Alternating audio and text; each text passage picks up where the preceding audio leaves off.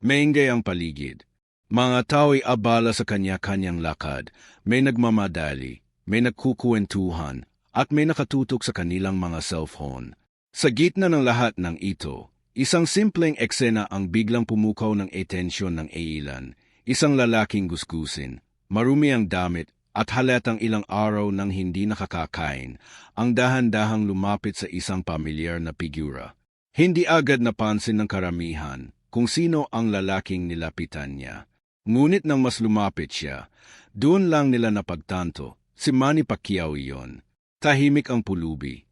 Nanginginig ang boses habang mahina niyang sinabi, "Sir, pwede po bang makahingi ng $1? $1 lang. Hindi limos na malaki. Hindi drama. Hindi sigaw.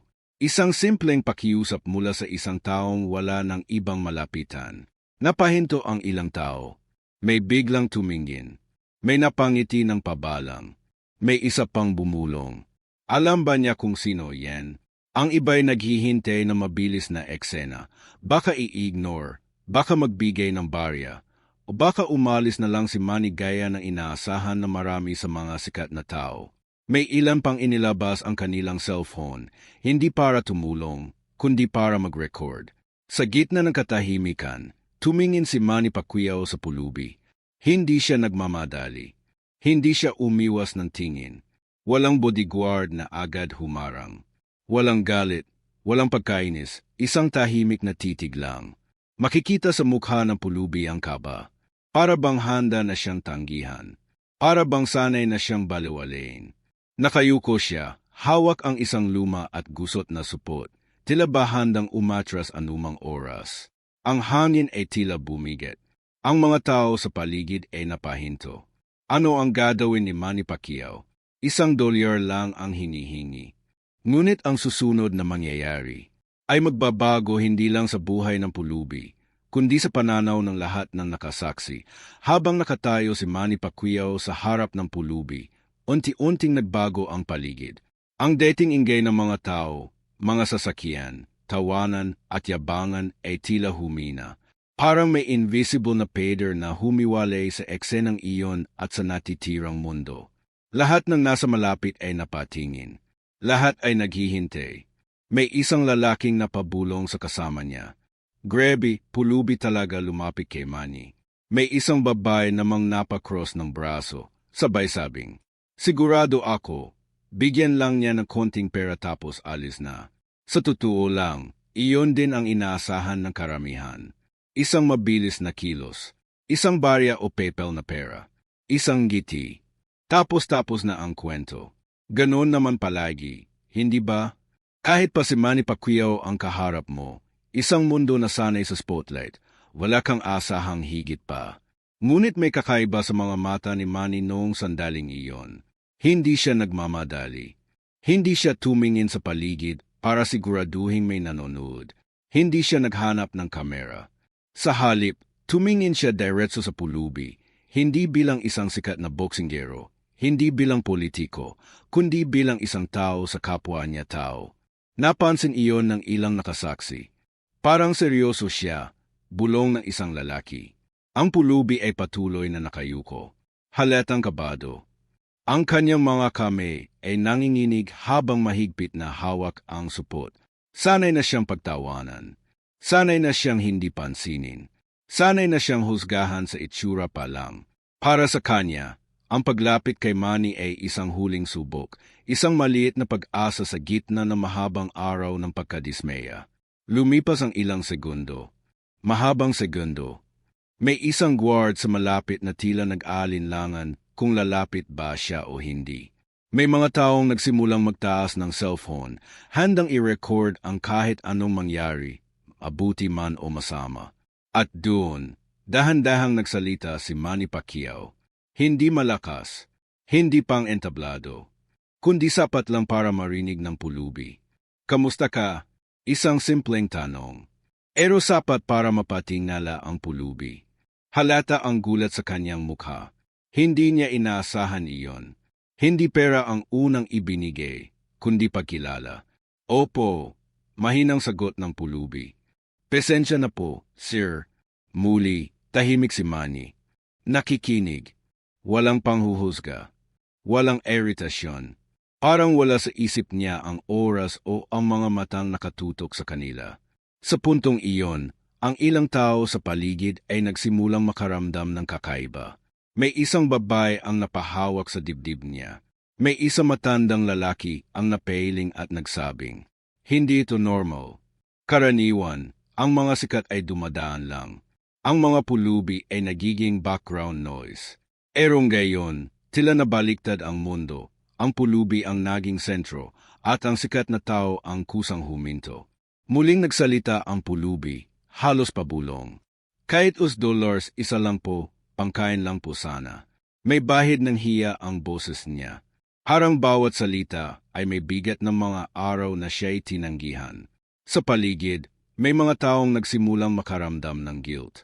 May ilan ang biglang nagbulsa ng kamay, tila gustong tumulong pero hindi alam kung paano.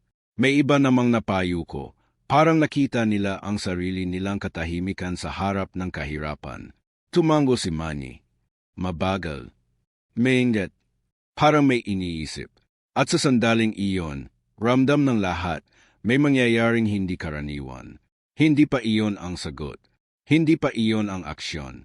Ngunit malinaw na, hindi ito matatapos sa $1 lang. Ang eksena ay nagbago. Ang mga mata ay lalong nakatutok. Ang mga puso ay naghihintay. At ang kwento ay nagsisimula pa lang talaga. Matapos banggitin ng pulubi ang mga salitang, "Kahit $1, isa lang po, pangkain lang sana." Muling tumahimik ang paligid. Hindi ito ang katahimikang nakakailang, kundi yung uri ng katahimikan na puno ng kahulugan. Parang lahat ay sabay-sabay na huminga ng malalim. Hindi agad kumilos si Manny Pacquiao. Hindi siya naglabas ng pera. Hindi rin siya tumalikod. Sa halip, tumingin siya muli sa pulubi, mas malalim gayon, mas personal. Arang hindi niya tinitingnan ang gusot na damit o ang maruming balat, kundi ang taong nasa likod nito. Pagkatapos ng ilang segundo, dahan-dahan siyang nagsalita. "May pamilya ka ba?" Ang tanong ay simple, pero tumama ito ng diretso sa puso ng pulubi. Napayuko muli ang lalaki. Kita sa mukha niya ang bigat ng alaala. Para may gustong pigilan, para may sugat na muling nabuksan. Ilang segundo siyang hindi nakasagot. "Opo," mahina niyang tugon. "May asawa po ako at 2 anak." Nagkatinginan ang ilang tao sa paligid. May isang babae ang napahawak sa bibig. May isang lalaki ang biglang nagkunot noo. Ang kwento ay biglang naging mas totoo, mas mabigat. "Saan sila ngayon?" tanong ni Manny, mahinahon pa ring. "Sa probinsya po," sagot ng pulubi. "Matagal na po akong hindi nakakauwi, nahihiya na po ako." Ang salitang nahihiya ang tila sumabog sa hangin. Hindi dahil sa lakas ng boses, kundi dahil sa lalim ng kahulugan. Ang hiya ng isang ama na hindi makapagpadala. Ang hiya ng isang asawa na bigong makauwi. Ang hiya ng isang taong pakiramdam ay wala ng halada. Sa puntong iyon, ang ilang tao sa paligid ay tuluyan ng tumigil sa pagre-record. May isang lalaking ibinaba ang cellphone niya. May isang matanda ang napailing at marahang nagsabi, "Ang bigat." Tumango si Manny. Hindi dahil naunawaan niya sa isip, kundi dahil nararamdaman niya. "Anong trabaho mo, Deity?" tanong niya. Napatingala ang pulubi, parang nagulat na may interes pa sa kanyang nakaraan. "Karpintero po ako, sir," sagot niya. "Marunong po akong gumawa ng bahay, mesa, kahit ano po." May halong lungkot at pagmamataas ang boses niya. Lungkot sa nawalang kabuhayan. Pagmamataas sa kakayahang minsang ikinabubuhay niya. Sa sandaling iyon, may isang lalaking nasa crowd ang napabulong. Hindi pala tamad. Parang sinampal ng realidad ang marami. Ilang beses na ba nilang hinusgahan ang ganitong tao nang hindi man lang nagtatanong? Himinga ng malalim si Manny. Tumingin siya sa paligid, hindi para maghanap ng papuri, kundi para makita ang mga mukha ng mga taong nanonood. Mga taong tahimik ng gayon. Mga taong nakikinig. Pagkatapos, ibinalik niya ang tingin sa pulubi. "Hindi ka humihingi ng sobra," sabi niya. "Humihingi ka lang ng pagkakataon. Hindi na napigilan ng pulubi ang kanyang emosyon. Namuo ang luha sa kanyang mga mata. Mabilis niyang pinunasan, parang ayaw ipakita ang kahinaan. Pero huli na, ramdam na ng lahat. Sa sandaling iyon, may nagbago. Hindi lang sa pulubi. Hindi lang kay Manny. Kundi sa buong paligid. Ang mga tao ay hindi na basta nanonood ng eksena. Saksi na sila sa isang sandaling totoo. At doon, dahan-dahang inilagay ni Manny ang kamay niya sa bulsa. Hindi para tapusin ang kwento, kundi para simulan ang isang bagay na walang sinuman ang nakahanda. Dahan-dahang inilabas ni Manny Pacquiao ang kanyang kamay mula sa bulsa. Marami ang nag-isip na iyon na ang sandali. Na pera lang ang lalabas.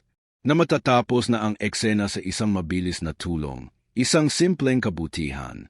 Ngunit nagkamali sila. Hindi agad pera ang inabot ni Manny. Sa halip, tumingin muna siya muli sa pulubi, parang sinisiguro niyang handa itong makinig. Ang paligid ay tila nakapako. Walang nagsasalita. Kahit ang mga sasakyan sa malapit ay parang nawala sa pandinig ng lahat. Sandali lang, sabi ni Manny. May autoridad ang boses niya, pero may lambing. Hindi utos, kundi paanyaya. Tumango ang pulubi, halatang naguguluhan. Hindi niya alam kung ano ang susunod na mangyayari. Sanay siya sa biglaang pag-alis ng mga tao, hindi sa paghingi ng oras. Lumapit si Manny sa isa sa kanyang kasama. May ibinulong siya. Hindi marinig ng karamihan, pero sapat ang kilos para mapansin ng lahat na may plano. Nagkatinginan ang mga tao. May isang lalaki ang napabulong. Anong gagawin niya? Bumalik si Manny sa pulubi at muling nagsalita. May makakain ka na ba ngayon? Umiling ang pulubi. Wala pa po, sir. Tumango si Manny, parang inaasahan na niya ang sagot. Pagkatapos, may ginawa siyang hindi inaasahan ng sinuman. Inakay niya ang pulubi palapit sa isang sasakyan. Nagulat ang crowd. Wait, sasakay siya. Isasama niya, may mga cellphone na muling itinaas. Pero ngayon ay iba na ang tono ng pagre-record. Hindi na tsismis, kundi pagkabigla. Binuksan ni Manny ang pinto ng sasakyan at itinuro ang upuan. Maupo ka muna, sabi niya. Halos manginig ang pulubi. Sir, okay lang po ako rito. Ngumiti si Manny, marahan pero matatag. Ayos lang. Tara, wala nang nagawa ang pulubi kundi sumunod. Dahan-dahan siyang umupo, parang takot na baka panaginip lang ang lahat. Parang anumang malinggalo ay maaaring magpaalis sa kabutihang iyon. Sa puntong iyon, may isang babae sa crowd ang napaluha. Grabe, hindi ko akalain. Hindi pa tapos si Manny. Bumaling siya muli sa mga taong nakatingin at nagsalita. Hindi malakas, pero malinaw. Lahat tayo dumadaan sa hirap, sabi niya. Ang tanong lang, sino ang titigil para tumulong? Walang sumagot. Walang nakatingin sa cellphone ngayon. Lahat ay nakatingin sa kanya. Makalipas ang ilang minuto, bumalik ang kasama ni Manny dala ang pagkain at inumin. Hindi isa, hindi dalawa, kundi sapat para sa isang taong gutom at higit pa. Inabot ni Manny ang pagkain sa pulubi. Kumain ka muna, sabi niya. Hindi na napigilan ng pulubi ang kanyang luha. Nanginginig ang kamay niyang tinanggap ang pagkain. Maraming salamat po, paulit-ulit niyang sabi. Pero ang pinakanakagulat, hindi pa rin iyon ang katapusan. Umupo si Manny sa tabi niya. Hindi sa harap, hindi sa itaas, sa tabi. Parang pantay lang sila. Parang dalawang taong nag-uusap. Hindi isang alamat at isang pulubi. Pagkatapos nito, sabi ni Manny, pag-usapan natin kung paano ka makakabalik sa trabaho. Parang huminto ang mundo. Ha? Sambit ng pulubi, halos hindi makapaniwala. Ngumiti si Manny. Hindi limos ang kailangan mo. Trabaho. Sa sandaling iyon, tuluyan nang nabasag ang emosyon ng paligid. May umiyak, may pumalakpak, may napailing sa hiya, sa tanong kung bakit hindi nila ito nagawa noon. At doon napagtanto ng lahat. Hindi lang ito tungkol sa $1. Hindi lang ito tungkol sa awa. Ito ay tungkol sa pagbibigay ng dignidad. At ang susunod na mangyayari ay mas lalo pang ikagugulat ng lahat. Matapos banggitin ni Manny Pacquiao ang mga salitang, hindi limos ang kailangan mo. Trabaho. Tila naputol ang hininga ng pulubi. Hindi agad pumasok sa isip niya ang narinig. Parang masyadong maganda para maging totoo. Parang pangkwento lang na naririnig niya noon sa radyo. Hindi yung nangyayari sa kanya. Dito, ngayon. Sir, sigurado po ba kayo? Nanginginig niyang tanong. Baka po nagsasayang lang kayo ng oras. Umiling si Manny. May ngiting may kasamang determinasyon. Ang oras, sabi niya, nasasayang lang kapag wala kang ginagawa para sa kapwa. Sa paligid, ang mga tao ay tuluyang natahimik. Wala ng bulungan. Wala ng hula. Lahat ay nakikinig na parang isang aral ang binubuo sa harap nila. Tinawag ni Manny ang isa sa kanyang kasama at kinausap ito ng seryoso. May mga salitang hindi marinig ng crowd, pero malinaw sa kilos, seryoso ito. Hindi palabas. Hindi pang camera. Isang tunay na plano. Bumaling muli si Manny sa pulubi. Kung bibigyan kita ng pagkakataon, tanong niya, handa ka bang magsimula ulit? Hindi na nakapagsalita ang pulubi agad. Bumigat ang dibdib niya. Ang mga mata niyang matagal ng tuyo ay muling napuno ng luha. Ilang taon na siyang walang nagtatanong niyan. Ilang taon na siyang hindi tinatreto bilang taong may kakayahan. Opo, mahina niyang sagot. Kahit ano po, magsusumikap po ako. Tumango si Manny. Iyan lang ang kailangan. May inilabas siyang maliit na papel at ballpen. Isinulat niya ang isang pangalan at numero. Inabot niya ito sa pulubi. May kakilala akong nangangailangan ng karpintero. Paliwanag niya, pupunta ka roon bukas. Sasabihin mong ako ang nagpadala. Halos manginig ang kamay ng pulubi habang tinatanggap ang papel. Arang hawak niya ang isang ticket palabas ng kahirapan, isang simula. Hindi po ba ako pababayaan? Tanong niya, may halong takot at pag-asa. Tumingin si Manny sa kanya ng diretso. Hindi kita iiwan sa air, sabi niya, pero kailangan mong patunayan sa sarili mo na kaya mo. Sa puntong iyon, may isang lalaki sa crowd ang napahawak sa ulo niya. Grabe, totoong buhay to. May isang babae namang tahimik na umiyak, hindi dahil sa awa, kundi dahil sa inspirasyon. Ngunit hindi pa rin doon nagtapos si Manny. Inilabas niya ang pitaka niya at kumuha ng pera. Hindi maliit, hindi rin minamadali. Inabot niya ito sa pulubi. Para sa pamilya mo, sabi niya, para may padala kang gayon. Napahigbi ang pulubi. Hindi na niya kayang pigilan. Hindi dahil sa halaga ng pera, kundi dahil sa tiwala. May naniwala ulit sa kanya bilang ama, bilang manggagawa, bilang tao. Maraming salamat po. Paulit-ulit niyang sabi. Hindi ko po makakalimutan ito. Ngumiti si Manny, simple lang. Huwag mo akong pasalamatan, sagot niya. Pasalamatan mo ang sarili mo kapag bumangon ka na ulit. Sa paligid, may biglang pumalakpak. Isa, dalawa, hanggang sa dumami. Hindi para sa kasikatan, hindi para sa kamera, kundi para sa sandaling nagpapaalala kung ano ang ibig sabihin ng pagiging tao. Habang paalis si Manny, may isang batang lalaki ang sumigaw mula sa crowd. Sir Manny, salamat po. Himinto si Manny sandali. Lumingon siya at ngumiti. Mag-ingat kayo, sabi niya, at huwag kalimutang tumulong kapag may pagkakataon. Naiwan ang pulubi, hindi na nakaupo sa gilid ng daan, kundi nakatayo ng tuwid, may hawak na papel, may hawak na pag-asa. Sa araw na iyon, hindi lang siya nabigyan ng pera, hindi lang siya nabigyan ng pagkain, binigyan siya ng direksyon, at ang epekto ng desisyong iyon ay mas malaki pa kaysa sa inaakala ng lahat. Habang unti-unting lumalayo si Manny Pacquiao, tila naiwan sa hangin ang bigat ng mga pangyayaring nasaksihan ng lahat. Walang nagsalita agad. Parang walang gustong bumasag sa sandaling iyon. Ang mga taong kanina lang ay nagmamadali, nagtatawanan, at abala sa kani-kanilang mundo. Gayon ay nakatayo roon, tahimik at malalim ang iniisip. Ang pulubi ay nakatayo pa rin sa tabi ng sasakyan. Hindi pa rin siya makapaniwala.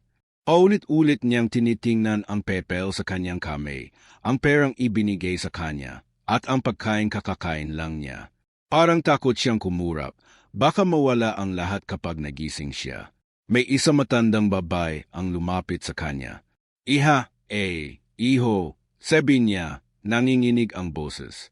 Kanina pa kita tinitingnan, gayon lang kita nakita na nakangiti. Napangiti ang pulubi, isang ngiting matagal nang hindi niya naramdaman. Ngayon lang po ulit ako nakaramdam ng pag-asa, sagot niya. Sa paligid, may mga taong nagsimulang mag-usap, pero hindi na gaya ng dati. Hindi tsismis, hindi panghuhusga, kundi mga tanong sa sarili. Kung siya nga, tumigil para tumulong, bakit ako hindi? Kanina lang, nadaanan ko, yan, hindi ko man lang tinignan. May isang lalaking naka-formal attire ang tahimik na lumapit at nag-abot ng kaunting pera sa pulubi. Para sa biyehe mo bukas, sabi niya, sumunod ang isa pa. At isa pa, hindi dahil ginaya nila si Manny, kundi dahil nagising sila. Hindi nagtagal, may isang batang babae ang lumapit, hawak ang isang bote ng tubig. Kuya, sa inyo na po, mahiyain niyang sabi. Napaluha muli ang pulubi. Salamat talaga, paulit-ulit niyang sambit. Ang eksenang iyon ay hindi na tungkol kay Manny Pacquiao. Ito ay tungkol sa pagbabagong nahawa ang lahat. Sa isang sulok, may lalaking kanina lang ay nagre-record para sa views.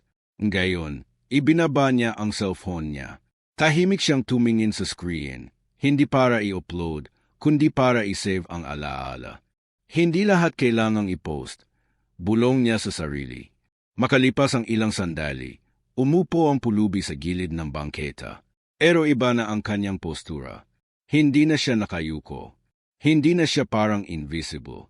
May dignidad na sa kilos niya. May direction sa mga mata niya. May lumapit na reporter na nakarinig ng nangyari. Totoo po bang tinulungan kayo ni Manny Pacquiao? Tanong nito. Huminga ng malalim ang pulubi. Opo, sagot niya. Pero higit pa po sa tulong, tinreto niya po akong tao. Tumahimik ang reporter. Walang follow-up na tanong. Hindi na kailangan. Sa oras na iyon, kumalat na ang balita. May mga nakapag-upload na maikling clips. May mga caption na nagsasabing, hindi lang kampiyon sa ring, kampiyon sa puso. Ngunit ang pinakamahalagang pagbabago ay hindi online. Ito ay nasa pulubi mismo. Kinagabihan, tumawag siya sa kanyang asawa sa probinsya. Matagal na panahon na simula nang huli silang mag-uusap. May sasabihin ako, sabi niya, nanginginig ang boses. Babalik na ako, may trabaho na ulit ako. Sa kabilang linya, may katahimikan, at pagkatapos ay iyak. Hindi iyak ng lungkot, kundi ng ginhawa. Kinabukasan, tumupad siya sa pangako. Maaga siyang gumising. Naligo. Nagbihis na maayos, simple lang, pero malinis. Hawak niya pa rin ang papel na ibinigay ni Manny, parang isang kontretang nagbukas ng bagong yugto ng buhay niya. Habang naglalakad siya papunta sa bagong simula, ang mga salitang sinabi ni Manny ay paulit-ulit na umaalingaw sa kanyang isipan. Hindi ka humihingi ng sobra. Humihingi ka lang ng pagkakataon. At sa sandaling iyon, alam niyang, ang pagkakataong iyon ay hindi niya sasayangin. Ngunit may isang huling mensahe, pang naiwan ang kwento. Isang paalala para sa lahat ng nakasaksi. At iyon ang ibubunyag sa huling bahagi. Makalipas ang ilang linggo, tila bumalik na sa normal ang lahat. Ang mga tao ay muling nagmamadali sa kanilang mga lakad. Ang kalsadang minsang naging saksi sa isang tahimik na himala ay muli na namang napuno ng ingay at pagod. Ngunit para sa isang lalaki, ang pulubing minsang humingi ng $1, hindi na kailanman bumalik sa dati ang buhay. Maaga siyang gumigising araw-araw. Hindi na sa bangketa, kundi sa isang maliit na inupahang kwarto. Simpleng kama, maliit na bintana, pero sapat para sa isang taong minsang natulog sa ilalim ng bukas na langit. Sa bawat paggising niya, hawak niya ang isang bagay na mas mahalaga kaysa pera, pag-asa. Sa kanyang bagong trabaho bilang karpintero, tahimik siyang nagtatrabaho. Hindi siya nagkukuwento. Hindi siya nagyayabang. Ngunit mapapansin ng lahat ang sipag at dedikasyon niya. Kapag tinanong kung bakit siya nagsisikap ng ganoon, ay isa lang ang sagot niya. May naniwala sa akin noong wala nang naniniwala. Isang araw, inawagan siya ng kanyang pamilya. Sa wakas, nakauwi na siya sa probinsya.